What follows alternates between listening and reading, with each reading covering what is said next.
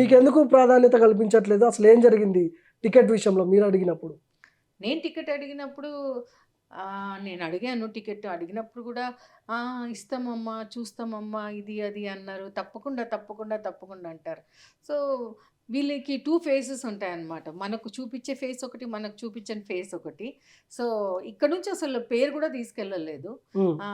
అక్కడ నాకు పరిచయాలున్నా, ఇక్కడ ఫస్ట్ ఇక్కడ వాళ్ళతో మాట్లాడిన తర్వాతనే కదా అక్కడికి వెళ్ళేది. So, okay. ఇక్కడే వీళ్ళకు ఇప్పుడు నేనంటే ప్రత్యేకంగా నా గురించి చెప్పాలంటే నేను చాలా స్ట్రెయిట్ ఫార్వర్డ్ మనిషిని.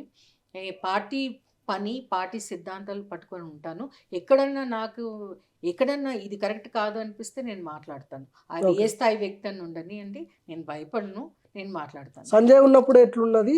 ఇప్పుడు కిషన్ రెడ్డి అధ్యక్ష మార్పు జరిగింది. హ్మ్. ఏమైనా తేడా కనిపిస్తుందా మీకు? ఏం తేడా లేదు. సేమ్ సంజయ్ అట్లనే ఉంది. ఉన్నప్పుడు అంతే ఉంది. హ్మ్. ఇప్పుడు కూడా అంతే ఉంది. కిషన్ హ్మ్. రెడ్డి గారు ఉన్నప్పుడు కూడా అదే ఉంది. సంజయ్ ఉన్నప్పుడు కూడా అట్లాగే ఉంది. ఓకే. కాకపోతే అప్పుడు సంజయ్ ఉన్నప్పుడు కొంచెము సంజయ్ వల్ల ఊపొచ్చింది అది ఇది అన్నారు కానీ హ్మ్. సంజయ్ వల్ల కాదు హ్మ్. నిజంగా అయితే. బీజేపీ కార్యకర్తల వల్ల ఒక ఊపొచ్చింది అప్పుడు. ఓకే. అంటే నిజంగానే అసెంబ్లీలో మేము చాలా సీట్లు గెలుచుకుంటామనే స్థాయికి. హ్మ్. తర్వాత మాత్రం పార్టీ స్థాయి అంటే పార్టీ చాలా దిగజారిపోయింది.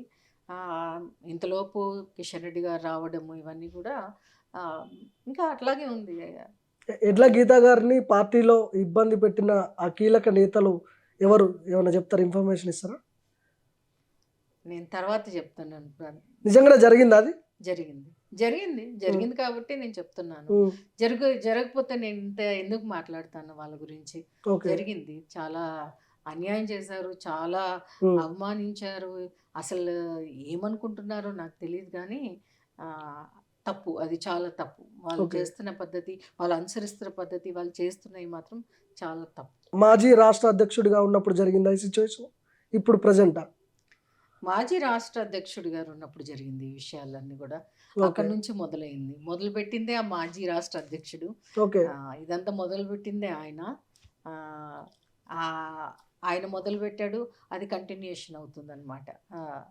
మొత్తం మీద వీళ్ళకి టార్గెట్ ఇట్లా ఏదో ఒక టార్గెట్ ఉండాలనమాట. ఓకే. దాన్ని ఆహ్, వాళ్ళు ఇంక ఫిక్స్ అయిపోతారు దానికి. హ్మ్. మనము ఇంకా రానివ్వొద్దు, ఆమెను చేరనివ్వొద్దు, ఆమెను ఇక్కడ రానివ్వొద్దు, అక్కడ రానివ్వొద్దు. చాలా ఉన్నాయి. నాకే కానీ, కాదు. కానీ చాలా నిజంగా మంది ఇవన్నీ ఉంటాయా బీజేపీలో? సిద్ధాంతాలకు కట్టుబడి పనిచేస్తామని మాట్లాడుతుంటారు గదా అందరూ నాయకులు. బీజేపీలో ఉండవండి. బీజేపీ సిద్ధాంతాల వాళ్ళు ఇంకా చాలామంది మంచి వాళ్ళు సీనియర్‌లు ఉన్నారు. హ్మ్. ఇంకా ఉన్నారు. హ్మ్.